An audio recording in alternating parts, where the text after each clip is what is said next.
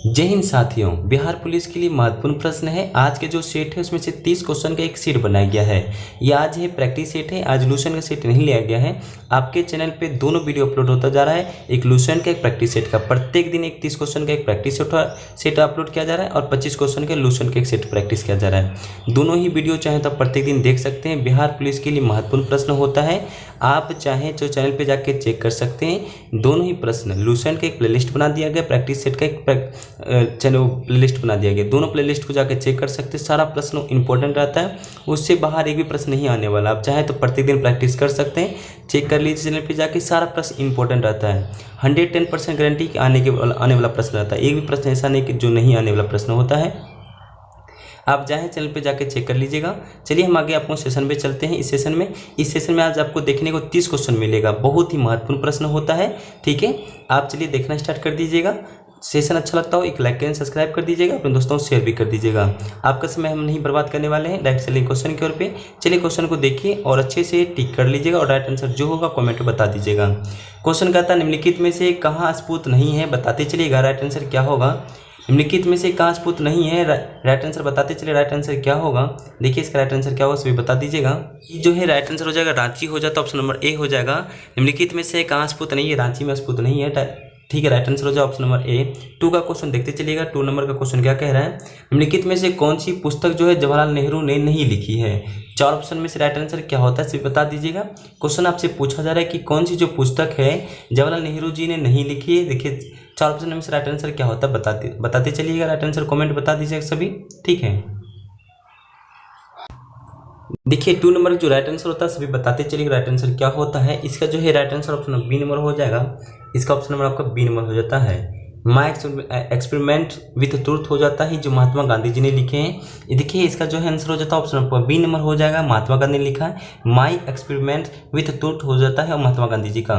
तीनों बुक जवाहरलाल नेहरू जी ने लिखे, discovery of India and autography, तीनों बुक जो है इन्हीं का लिखा हुआ है। एक बुक जो है इन गांधी जी के द्वारा लिखा गया है। देखिए 3 नंबर का क्वेश्चन क्या कहता है देखते चलिएगा। 3 नंबर का क्वेश्चन कहता है लोकतांत्रिक केंद्रीकरण किसकी महत्वपूर्ण विशेषता है, बताते चलिएगा। 3 नंबर का आंसर क्या हो कमेंट में से छाप दीजिएगा, ठीक है। क्वेश्चन कहता है कि लोकतांत्रिक केंद्रीकरण किसकी महत्वपूर्ण विशिष्टता है। 3 नंबर का आंसर क्या होता है बता दीजिएगा सभी, ठीक है। देखिए इसका जो है राइट आंसर हो जाता है साम्यवादी राज्य हो जाएगा। ऑप्शन आपका ए नंबर हो जाता है, साम्यवादी राज्य हो जाता है, सभी याद रखिएगा। 3 का राइट आंसर ऑप्शन नंबर ए हो जाता है, साम्यवादी राज्य हो जाता है। 4 का राइट आंसर क्या कहता है देख लीजिए। 4 का क्वेश्चन क्या कह रहा है, भारत के संविधान में भारत को किस रूप में वर्णित किया गया है, बताते चलिएगा। भारत के संविधान में भारत को किस रूप में वर्णित किया गया है। 4 का राइट आंसर क्या होता है, ये पॉलिटी का क्वेश्चन है, इंपॉर्टेंट प्रश्न ही आएगा आपको एग्जाम में, नोट कर लीजिएगा कॉपी में, ठीक है। 4 नंबर का राइट आंसर क्या होता है बता दीजिए। इसका 4 नंबर कमेंट में छाप दीजिए इसका राइट आंसर क्या होता है, ठीक है। देखिए इसका जो है राइट आंसर होता है राज्यों का संघ, ठीक है। पूछा जाएगा राज्यों का संघ हो जाता है। ऑप्शन आपका डी नंबर हो जाता है 4 का। भारत के संविधान भारत को किस रूप में वर्णित किया गया है। 4 का राइट आंसर डी नंबर हो जाता है राज्यों का संघ। पूछा जा रहा है संविधान के किस भाग में है, बताते चलिएगा। भाग 1 में देख रखा है, भाग 1 में है राज्यों का संघ, ठीक है। सभी याद रखिएगा। 5 का देखिएगा राइट आंसर क्या होता है बताते चलिए। 5 का पूछा जा रहा है कि छाया मंत्रिमंडल किसकी प्रशासनिक व्यवस्था की विशिष्टता है। 5 नंबर का राइट आंसर क्या होता है बता दीजिएगा सभी। पूछा जा रहा है कि छाया मंत्रिमंडल किसकी प्रशासनिक व्यवस्था जो है विशिष्टता है। 5 का राइट आंसर क्या होता है बताते चलिएगा सभी, ठीक है। देखिए इसका जो है राइट आंसर होता है ब्रिटेन हो जाएगा। राइट आंसर क्या होता है ब्रिटेन हो जाएगा। 5 का राइट आंसर होता है ब्रिटेन, सभी याद रखिएगा।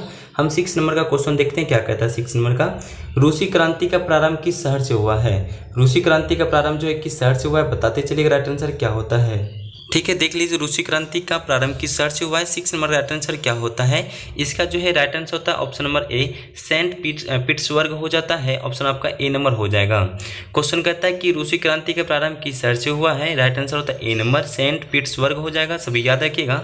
देखिए 7 नंबर का क्वेश्चन क्या कहता है देख लीजिए। 7 का निम्न में से कौन सा जो है शिलालेख चालुक्य सम्राट पुलकेशिन द्वितीय से संबंधित है।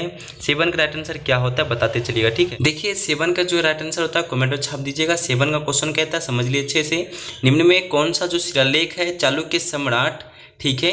पुलकेशिन द्वितीय से संबंधित है, सभी याद रखिए। इसका जो है राइट आंसर होता है 7 नंबर का ऑप्शन नंबर सी नंबर होता है एहोल, ठीक है। ऑप्शन नंबर आपका एहोल हो जाता है, ठीक है। पूछा जा रहा है कि शिलालेख चालुक्य सम्राट पुलकेशिन द्वितीय संबंधित कौन है, एहोल हो जाता है, सभी याद रखिएगा। 8 नंबर का क्वेश्चन क्या कहता है देख लीजिए। 8 नंबर का क्वेश्चन कहता है ब्राह्मण पर जजिया लगाने वाला दिल्ली सुल्तान कौन था।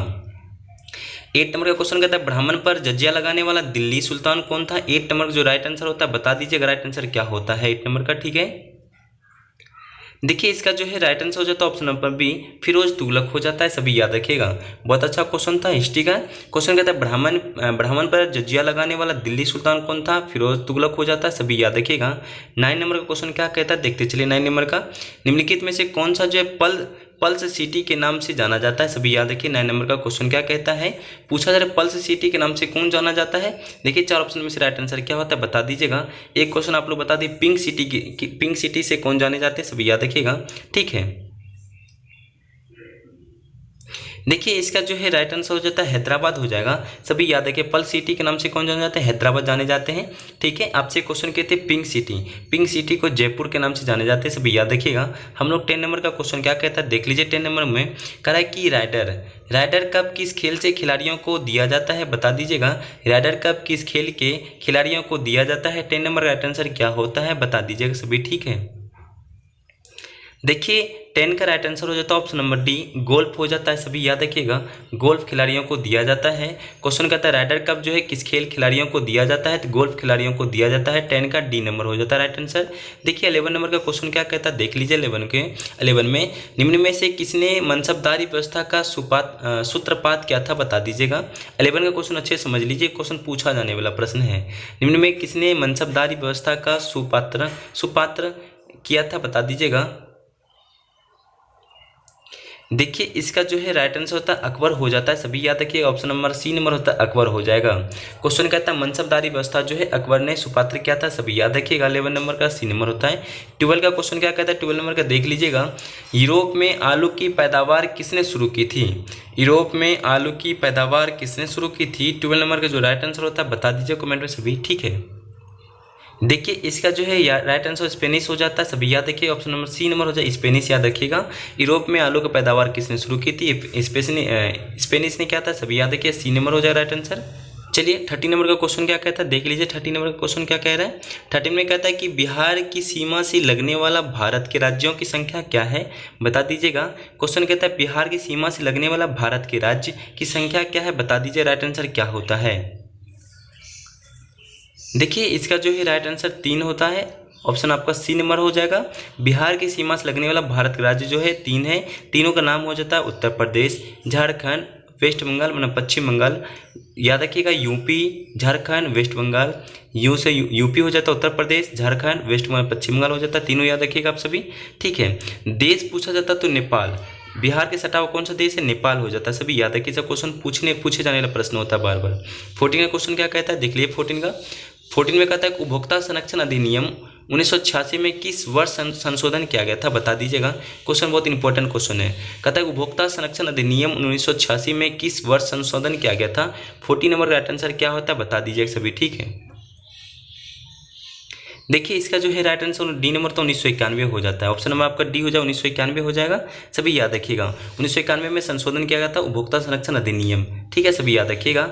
हम लोग चलते हैं 15 का क्वेश्चन क्या कहता है। 15 नंबर का देख लीजिएगा। निम्नलिखित में से कौन आज़ाद हिंद फौज की संस्थापक है, बता दीजिएगा। क्वेश्चन कहता है कि निम्नलिखित में से कौन आज़ाद हिंद फौज का संस्थापक है। 15 का राइट आंसर क्या होता है बता दीजिएगा सभी, ठीक है।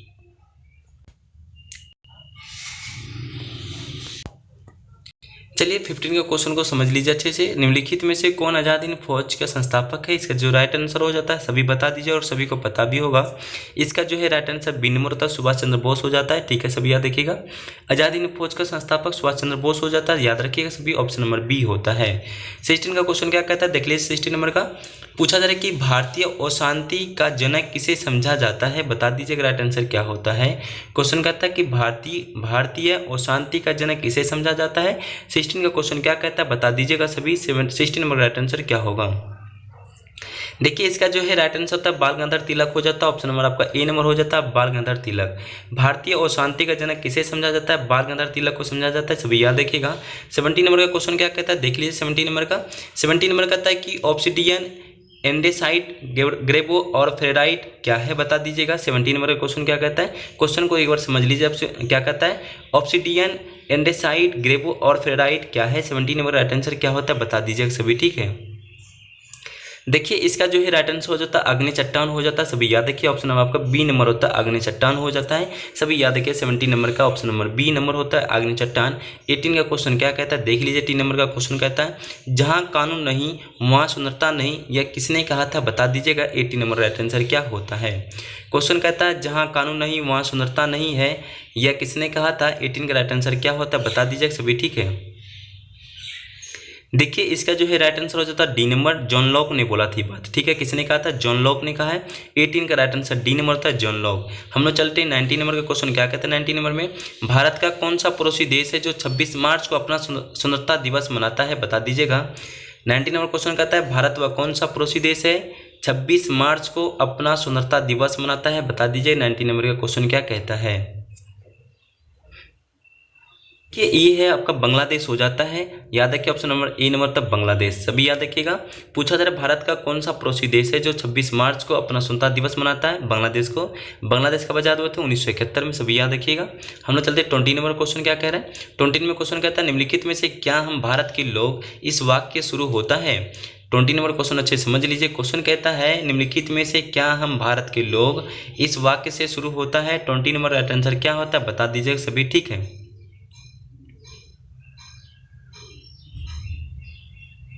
इनका जो है राइट आंसर होता है भारत का संविधान।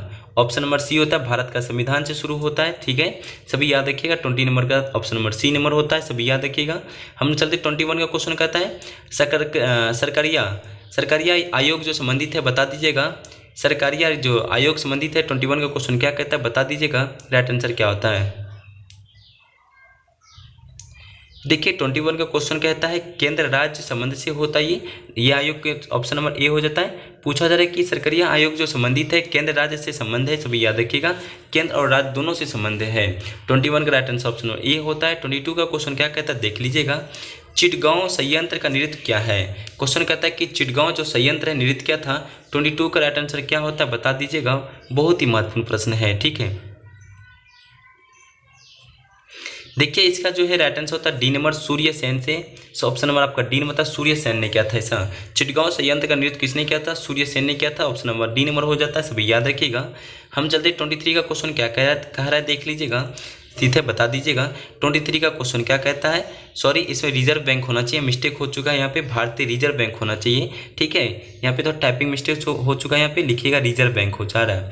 भारतीय रिजर्व बैंक का मुख्यालय स्थित है, कहाँ स्थित है बता दीजिएगा। 23 का क्वेश्चन क्या कहता है, ठीक है। भारतीय रिजर्व बैंक का मुख्यालय स्थित है बता दीजिएगा। 23 का राइट आंसर क्या होता है? देखिए इसका जो है राइट आंसर होता है मुंबई हो जाएगा, सभी याद रखिएगा। ऑप्शन नंबर आपका बी नंबर था मुंबई। भारतीय रिजर्व बैंक का स्थापना कब हुआ था? कमेंट में छाप दीजिएगा आप लोग। मुख्यालय आपको बता दिए मुंबई में स्थित है, सभी याद रखिएगा। 24 का क्वेश्चन क्या कहता है, भारतीय सांख्यिकी संस्थान की स्थापना की गई। 24 का राइट आंसर क्या होता है? भारतीय सांख्यिकी संस्थान की स्थापना की गई। 24 का राइट आंसर क्या होता है बता दीजिएगा सभी, ठीक है। देखिए इसका जो है ऑप्शन नंबर ए हो जाता है पीसी महालनोबिस हो जाता है, ठीक है। ऑप्शन नंबर ए नंबर हो जाता है पीसी महालनोबिस हो जाता है। ऑप्शन नंबर ए हो जाए, सभी याद कर लीजिएगा।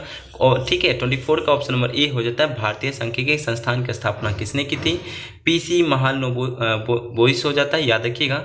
25 का क्वेश्चन क्या कहता है देख लीजिए। 25 का क्वेश्चन कहता है कि राष्ट्रपति द्वारा संसद के दोनों सदनों के लिए कुल कितने सदस्यों की नामित किया जा सकता है? 25 का क्वेश्चन क्या कहता है, राष्ट्रपति द्वारा संसद के दोनों सदनों के लिए कुल कितने सदस्यों का नामित किया जा सकता है? 25 का राइट आंसर क्या होता है बता दीजिएगा सभी, ठीक है। देखिए इसमें से आपका राइट आंसर हो जाता है 14 हो जाएगा, सभी याद रखिएगा। क्वेश्चन कहता है आपसे कि राष्ट्रपति द्वारा संसद के दोनों सदनों के कुल कितने सदस्यों को नामित किया जा सकता है, तो 14 होता है। सिर्फ राष्ट्रपति नामित पूछे तो उसमें से 12 राइट आंसर और 12 भी होता है, सभी याद रखिएगा 12 होता है आंसर। देखिए 26 का क्वेश्चन क्या कहता है देख लीजिएगा। 26 में क्वेश्चन कहता है निम्नलिखित में से कौन सी स्थिति जो है भारत में आपातकाल नहीं लगाया जा सकता है, बता दीजिएगा। क्वेश्चन क्या कहता है, क्वेश्चन कहता है कि निम्नलिखित में से कौन सी स्थिति जो है 4 ऑप्शन में से भारत में आपातकाल नहीं लगाया जा सकता है, बता दीजिएगा। देखिए आपसे क्वेश्चन करते हैं, बता दीजिएगा कि अभी जो है आपातकाल जो लागू है किस किस अनुच्छेद में बताया जा रहा है, कमेंट आप लोग छाप दीजिएगा। अभी आप लोग बता देना है कि 4 ऑप्शन में से राइट आंसर क्या होता है, बता दीजिए सभी, ठीक है। देखिए इसका जो है राइट आंसर बी नंबर हो जाता है, सभी याद रखिएगा। राष्ट्रपति द्वारा सरकार को भंग किए जाने पर, राष्ट्रपति द्वारा सरकार भंग किए जाने पर आपातकाल लागू नहीं हो सकता है, सभी याद रखिएगा। हम लोग चलते हैं 27 का क्वेश्चन क्या कहता है, संविधान का आधारमूल ढांचा परिभाषित है, बता दीजिए 27 राइट आंसर क्या होता है। एक क्वेश्चन और पूछ लेते हैं, उससे रिलेटेड जो है पूछा जाता है कि अभी जो वित्तीय आपातकाल कितने बार लागू हुआ है, वित्तीय आपातकाल अभी तक कितने बार लागू हुआ है, सिर्फ पूछ ले आपातकाल कितने बार लागू है, दोनों क्वेश्चन आप लोग कमेंट बता दीजिएगा, ठीक है। संविधान का आधार मूल ढांचा परिभाषित है, देखिए 27 जो है राइट आंसर होता है, बता दीजिए सभी, ठीक है। देखिए इसका जो है राइट आंसर होता है ऑप्शन नंबर बी हो जाता है, सांसद द्वारा हो जाता है। संविधान का आधारमूल ढांचा परिभाषित है सांसद के द्वारा, 27 का ऑप्शन नंबर बी हो जाता है। 28 का क्वेश्चन देखिए क्या कहता है, 28 में क्वेश्चन कहता है मौलिक अधिकारों के उल्लंघन की किस मामले की सुनवाई की जा सकती है, 28 का क्वेश्चन क्या कहता है बता दीजिए सभी, ठीक है। 28 का क्वेश्चन कहता है मौलिक अधिकारों के उल्लंघन की किसी मामले की सुनवाई की जा सकती है, 28 का क्वेश्चन क्या कहता है बता दीजिए सभी, बहुत ही महत्वपूर्ण प्रश्न है। देखिए इसका जो है राइट आंसर हो जाता है उच्चतम न्यायालय द्वारा सीधे हो जाता है, ऑप्शन नंबर सी नंबर हो जाएगा राइट आंसर। मौलिक अधिकारों को उल्लंघन के किस मामले की सुनवाई की जा सकती है, उच्चतम न्यायालय द्वारा सीधे सुनवाई की जा सकती है, सभी याद रखिए 28 का ऑप्शन नंबर सी होता है। देखिए सेशन का 2 क्वेश्चन लास्ट है, देख लीजिएगा। कह रहा है कि भारत के संविधान में संशोधन किए जा सकते हैं, 29 का क्वेश्चन क्या कहता है देख लीजिएगा।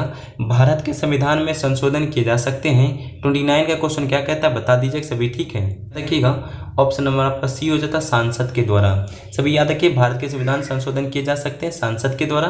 30 नंबर का क्वेश्चन क्या कहता है देख लीजिएगा। 30 नंबर का क्वेश्चन देखिए विश्व का सबसे ऊंचा जलप्रपात कौन है बता दीजिएगा, विश्व का सबसे ऊंचा जलप्रपात कौन है बता दीजिएगा, राइट आंसर क्या होता है। देखिए इसका जो है राइट आंसर हो जाता है ऑप्शन नंबर सी हो जाता है साल्टो एंजल जलप्रपात हो जाता है, सभी याद रखिएगा। 30 नंबर राइट आंसर आपका सी नंबर हो जाता है साल्टो एंजल जलप्रपात विश्व का सबसे ऊंचा जलप्रपात है, सभी याद देखिएगा ऑप्शन नंबर सी हो जाता है 30 नंबर का। अभी आप लोग बताना है कि टोटल 1 से 30 तक में प्रश्न में आपका कितना सही और कितना गलत होता है, कमेंट में जवाब दे दीजिएगा। और सेशन कैसा लगा वो भी बता दीजिएगा। शेष आप लोग कमेंट एक भी नहीं करते, थोड़ा कृपया है कि कमेंट आप लोग जरूर कीजिएगा, जो भी कमेंट आपके मन में हो कर दीजिएगा। एक लाइक एंड सब्सक्राइब भी कर दीजिए, न्यू आए हैं तो चैनल पे। सभी को जय हिंद।